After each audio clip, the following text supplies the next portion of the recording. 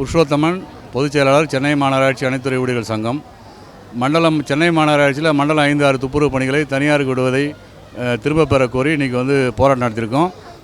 மாநகராட்சி அதிகாரிகிட்ட மனு கொடுத்துருக்கோம். ஆணையர் வந்ததுக்கப்புறம் தேதி கொடுக்குறோன்னு சொல்கிறாங்க. ஆணையர் தேதி கொடுத்ததுக்கப்புறம் சங்கம் அடுத்த கட்ட நடவடிக்கை எடுக்கும். வணக்கம், என் பேர் அனுஷியா.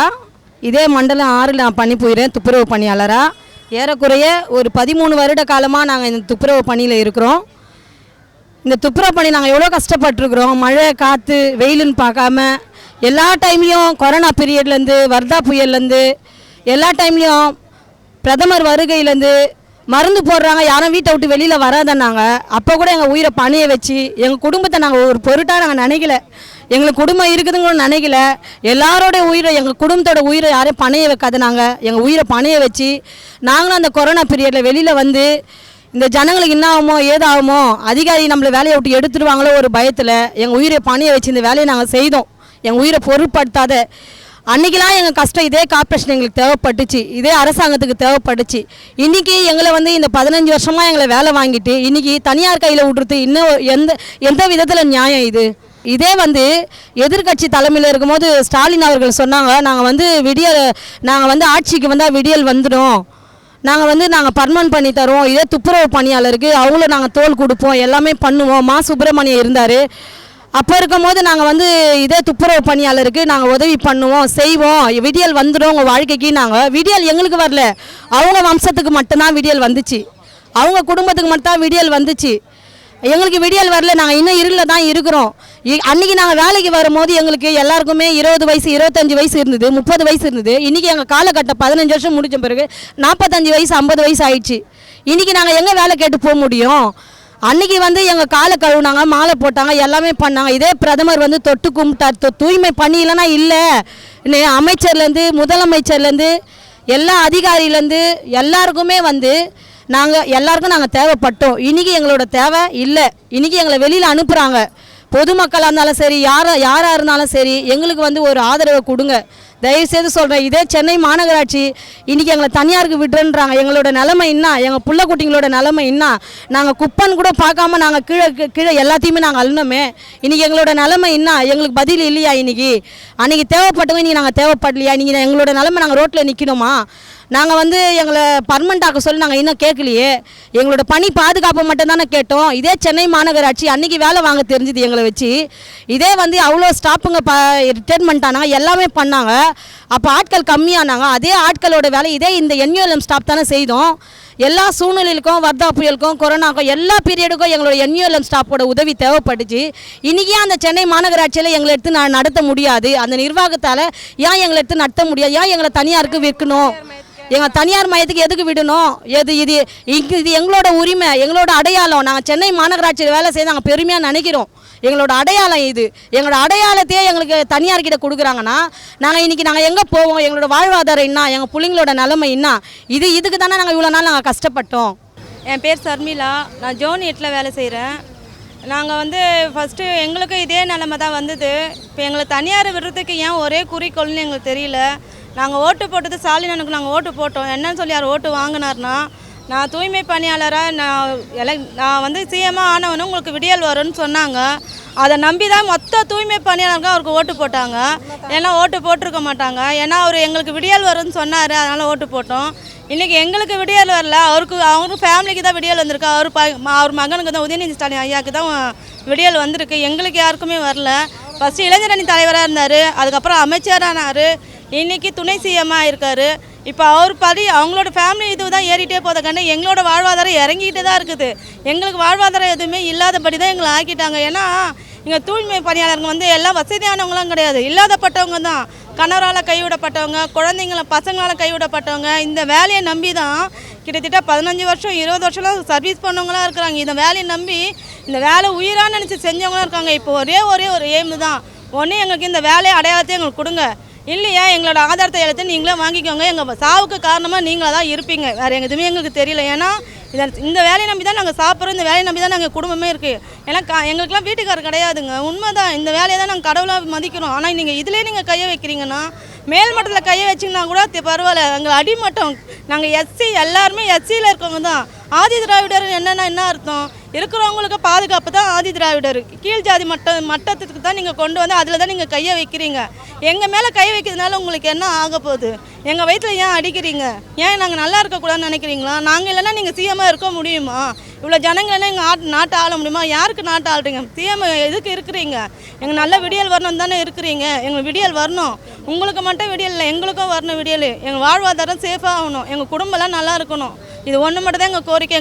எங்கள் தூய்மை பணியை தனியாருக்கு விடாதீங்க. ஏன்னா இது எங்களோட வாழ்வாதாரம். இது மட்டும் தான் நாங்கள் கேட்டுக்கிறோம்.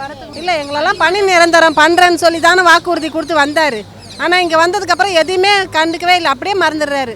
நாங்கள் எவ்வளோ தான் நாங்கள் சொல்கிறது, எவ்வளோ தான் போராட்டம் பண்ணுறது, எவ்வளோ எல்லாம் போய் கேட்டுட்டோம். மேலெல்லாம் ஏறி போய் கமிஷனர் எல்லாம் கூட பார்த்து பேசிட்டோம். எல்லாம் செய்கிறேன்னு சொல்கிறாங்களே தவிர அதுக்கேற்ற முடிவை எடுக்கவே மாட்டேன்றாங்க யாருமே.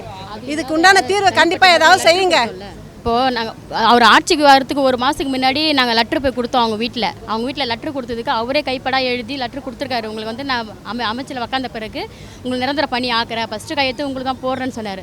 ஆனால் இது வரைக்கும் அவர் எங்களை கண்டுக்கவே இல்லை, இது எதுவுமே செய்யவே இல்லை. இப்போ எங்கள் வேலையை தான் நிப்பாட்டணும்னு பார்த்துட்டு இருக்காங்களே, குறிக்கோளாக இருக்கிறாங்களே கண்டி எங்களுக்கு நல்லது எதுவுமே பண்ணலை. நாங்கள் அவர் வந்து ஆட்சியில் உட்காந்த பிறகு நாங்கள் திருப்பி போய் பார்த்தோம். ஆனா எங்களை வந்து உள்ள விடல. முதல் கையெழுத்து அவர் தான் போடுறேன்னு சொல்லிருக்காரு. எனக்கு எதுவுமே செய்யல. தூய்மை பணியாளர்களுக்கு நான் சீர்படுத்த நிரந்தர பணி கொடுப்போம், பணி பாதுகாப்பு கொடுப்போம்னு சொல்லிட்டு தான் அவர் எங்ககிட்ட பேசினது. இதை நம்பி தான் நாங்கள் ஓட்டு போட்டு, இது உண்மையான பேச்சு இதுதான். நான் வந்ததான். ஏன்னா எங்கள் தூய்மை பணியாளர் ஒரு ப்ரோக்ராமில் பேசியிருந்தாங்க. அப்போது கலையரசி அவங்க பேர். அங்கே அவங்க வந்து என்ன சொன்னாங்க, நான் சிஎம் ஆகி 100 நாளில் உங்கள் பணி பாதுகாப்பு உங்களுக்கு என்ன தேவையோ பண்ணுறேன்னு சொன்னார் அவர். அதை நம்பி தான் எங்கள் ஜனங்க மொத்த பேருமே தூய்மை பணியாளர்கள் 5000 பேர் இருக்காங்க. மொத்த ஓட்டுமே நாங்கள் அவருக்கு தான் நாங்கள் போட்டோம். இது வரைக்கும் நாங்கள் அவருக்கு தான் போட்டோம். ஏன்னா ஓட்டு போட்டால் எங்களுக்கு விடியல் வரும்ன்ற ஒரு நற்பாசியில் போட்டோம். ஆனால் எங்களுக்கு விடியல் வரல, எங்கள் வயிற்றில் தான் அடிச்சிருக்காங்க. இன்னும் எங்கள் வயிற்றில் அடிக்கிறாங்க. என்ன காரணத்துக்காக அடிக்கிறாங்கன்னு தெரியல. ஒரு நாள் நாங்கள் வேலைக்கு போகும்போது எங்கள் உயிரை கையில் இல்லாத போகிறோம். ஏன்னா வண்டியில் போகும்போது வரும்போது மெயின் ரோட்டில் மண் அடிக்கிறோம். வேகமாக லாரி வர தட்டு போட்டால் கூட எங்களுக்கு கேட்குறதுக்கு யாரும் கிடையாது. இதே நைட் ஷிஃப்ட்டில் நிறைய வாட்டி எனக்கு 3-4 வாட்டி ஆக்சிடென்ட் ஆகிருக்குது. விழுந்துட்டு ஃபோன் பண்ணால் வர்றது கூட 1 hour ஆகிடும். அதுக்குள்ளே நாங்களை விட்டு போய் பார்க்குறதுக்கு சிஏ சூப்பர்வைசர் இவங்க வந்து பார்க்குற வரைக்குமே நான் என்ன நிலைமையில் இருக்கோன்னு எங்களுக்கு தெரியாது. அப்படி எங்கள் உயிரை கூட நாங்கள் துச்சமாக நினச்சி எவ்வளோ கஷ்டப்படுறோம். எத்தனை வருஷமாக கஷ்டப்படுறோம், 12 வருஷம் 13 வருஷம் தொடர்ச்சியாக நாங்கள் கஷ்டப்பட்டுட்டு தான் இருக்கோம். எங்களுக்கு ஒரு முடிவே இல்லை. நாங்கள் என்ன கேட்குறோம், பணம் சம்பளம் இன்னும் அதிகமாக கொடுங்க, இன்னும் நாங்கள் வசதியாக இருக்கிறோம், பெரிய பெரிய பில்டிங்லேயே இருக்கிறோம், எல்லாம் குடிசை வீடு வாடகை வீட்டில் இருக்கோம். எங்களுக்கு சொந்த வீடாக கொடுத்துருக்கீங்க, சொந்த வீடும் கிடையாது. எல்லாம் நாங்கள் சம்பாதிச்சு வாடகை கட்டி பிள்ளைங்களை படிக்க வச்சு 1 வேளை 2 வேளை சாப்பிட்றது கூட அங்கங்கே கையேந்தி சாப்பிட்ற நிலைமையில தான் நாங்கள் நிற்கிறோம். ஒருத்தர் கூட சரிங்க பாருங்கள், சொந்த வீடு கிடையாது. என் கணவர் குடிகார கணவர் மத்தியில் நான் வாழறேன். 2 பொண்ணை படிக்க வைக்கணும், என் 2 பொண்ணை கல்யாணம் பண்ணி கொடுக்கணும், எவ்வளோ ஆசையோடு இருக்கும். ஆனால் இதுலேயும் இந்த பொழப்பு தான் எங்களுக்கு வாழ்வே. இதுவே இல்லைன்னு சொல்லும் போது அப்போ நாங்கள் எதுக்காக வாழணும், யாருக்காக வாழணும்? இன்னும் எத்தனை வருஷம் நாங்கள் இதுக்காக கஷ்டப்பட்டுருக்கோம். இதுக்கப்புறம் நாங்கள் எங்கன்னா போகிறோம், உங்களுக்கு வயசாகிடுச்சுமா, இதுக்கப்புறம் நாங்கள் எப்படி எடுக்கிறது? எனக்கு இந்த வேலைக்கு வரும்போது 26 வயசு, இப்போ எனக்கு 37 வயசு ஆகுது. நான் இதே மாதிரி இப்படியே இருந்தேன்னா என் நிலமை என்ன? நாளைக்கு வேறு இடத்துல போனோம்மா 45 வயசு ஆயிடுச்சுன்னா வேலைக்கு எடுக்க மாட்டோம்மா. என் பிள்ளைங்க நிலமை என்ன? என் பிள்ளைங்க படிக்கணும். நாங்கள் தான் கஷ்டப்படுறோம். நாங்கள் செய்கிற வேலை பாருங்கள், எதுன்னு பார்க்க மாட்டோம். மூத்திரம் விஸ்பரு எல்லாத்துலேயுமே கை வச்சு எடுக்கும். இப்போ பாருங்கள், தனித்தனியாக பிரித்து கொடுக்க சொல்கிறாங்க. கை கிளாஸ் கூட நாங்கள் போடாமல் பிரித்து கொடுக்குறோம்.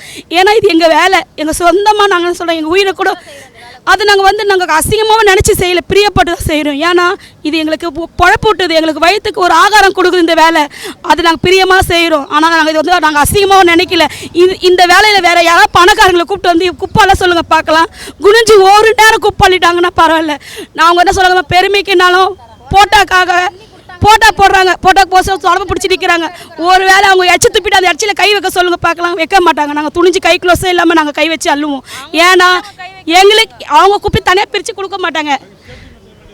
கை க்ளோஸ் கொடுப்பாங்க, அந்த கை க்ளோஸ் கொடுப்பாங்க. ஒரு டைம் யூஸ் பண்ணலாம், மறு டைம் யூஸ் பண்ண முடியாது. அது நாங்கள் வந்து டெய்லி புது க்ளோஸ் கொடுங்கன்னு போய் கேட்கவும் முடியாது. எங்களுக்கு அதை இல்லாமலே செஞ்சு எங்களுக்கு பழகிடுச்சு. இதுதான் எங்கள் நிலைமைன்னும் போது நாங்கள் அதை பழக்கமாகவே ஏற்றுக்கிட்டோம். இதுக்கப்புறம் வந்து நாங்கள் என்ன பண்ணோம், எங்களுக்கு சொந்தமாக எங்களுக்கு வந்து எதுவுமே கேட்கல. சொந்தமாக ஒரு வீடு கொடுங்க, வாசலில் கொடுங்க, என் பிள்ளைங்களுக்கு இப்போ 10 லட்சம் செலவு பண்ணி கல்யாணம் பண்ணி கொடுங்க, என் பிள்ளைங்க படிக்குது, படிப்பு செலவுக்கு இவ்வளோ கொடுங்க, அவ்வளோ கொடுங்க, நாங்கள் எதுவுமே கேட்கல. எங்களுக்கு நிரந்தர பணி மட்டும் எங்களுக்கு கொடுங்க, அது போதும். நாங்கள் வாழ்வாதாரமே நிரந்தர பணி மட்டும்தான். எல்லாமே தெரியாமல் தான் வந்து எல்லா இடத்துலையும் இஎஸ் பிஎஃப்னு பிடிக்கிறாங்க. சொன்ன மாதிரி நாங்கள் ஒரு நாளைக்கு ஒரு கம்பெனியில் ஒரு வருஷம் வேலை செஞ்சு 2 வருஷம் வேலை செஞ்சால் இஎஸ் பிஎஃப் நம்ம உடம்பு சரியில்லைன்னா ஃப்ரீயாக போய் பார்த்துலாம் ட்ரீட்மெண்ட்டுன்றாங்க. அதுவும் இல்லாமல் சோப்பு கொடுக்குறேன், துணி கொடுக்குறேன், யூனிஃபார்மு, கை க்ளோஸு, ஷூவு எல்லாம் எனக்கு தனியார் கம்பெனியில் கொடுக்குறாங்க. எங்களுக்கு இது இந்த மாதிரி நிலைமை எங்களுக்கு வரும்னு தெரியாது. என்றைக்கு இருந்தாலும் நட்பாசை எங்களுக்கு எப்போவுமே இருந்தாலும் பர்மனெண்ட் ஆகிடும். இத்தனை வருஷம் நம்ம செய்கிறோமே பர்மனெண்ட் ஆகிடும் ஒரு ஆசை.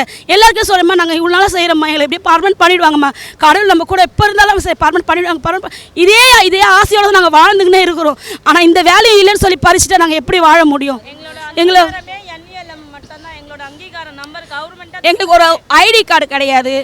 இந்த வேலை செய்கிறோம், ஒரு ஐடி கார்டு கிடையாது பாருங்கள், ஒரு இஎஸ் கிடையாது, பிஎஃப் கிடையாது. இப்போ திடீர்னு வெளியே போக சொன்னோன்னு வச்சுங்களேன், அப்படி நாங்கள் வெறும் கை வீசி தான் போகணும். இது தனியார் கம்பெனி நாங்கள் செய்யும் போது ஒரு 2 வருஷம் 3 வருஷம் செஞ்சால் கூட 2 லட்சம் 1 லட்சம் கையில் கொடுத்து அனுப்புகிறாங்க கம்பெனிக்காரன்.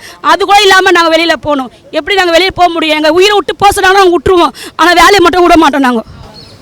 அது சொல்லு தயவுசெய்து, இப்போ எடுக்கிறது பெருசு கிடையாது, இதை வந்து எல்லாருக்குமே தெரிய வைக்கணும். நிரந்தர பணி செய்யணும். எவ்வளோ ஜனங்க அம்மா அப்பா கொடுத்து நம்ம தொழிலாளியை நம்ம காப்பாற்றணும். எவ்வளோ ஜனங்க வருதா புயலில் கொரோனாவில் எவ்வளோ ஜனங்க அவர் அப்படி போகிறாங்கன்னா பீச்சுக்கு போடுறோம். ஒரு நாள் லீவ் போட்டா வச்சுக்கோமா, ஏமா வர லீவ் போடுற, எதுக்கு லீவ் போடுற அப்படி கேட்குறான். இந்த பேர் கூட வாங்கி நாங்கள் போயிட்டாக்குறோம். தயவுசெய்து எங்களை கெஞ்சி கேட்குறோம், எங்களை நிரந்தர பணி செஞ்சால் போதும். வேறு எதுவும் நாங்கள் உங்களை கேட்கல, நீ சொன்ன இந்த வாக்கை நிறைவேற்ற தான் நான் உங்களை கேட்குறோம். வேறு எதுவும் கேட்கல. நான் இப்போ எல்லா தொழிலாளி பாருங்க தெளிவா, தயவுசெய்து கருணை காட்டு, பிச்சியாக போடு. வேறு எதுவும் நான் உன்னை கேட்கல, சொன்ன வாக்கை நிறைவேற்று. வேறு எதுவும் கேட்கல. அத்தாச்சி ஒன்று தான், நீ நிறைவேற்ற அத்தாச்சி ஒன்று. என் தலைவர் செய்ய நான் பார்ப்பேன். வேலைக்காக நாங்கள் எங்கள் வேலையை வந்து நாங்கள் அடையாளத்தோடு இந்த பெருநகர சென்னை மாநகராட்சியில் எங்களுக்கு ஒரு அங்கீகாரம் அடையாளத்தோடு நாங்கள் செய்கிறோம்.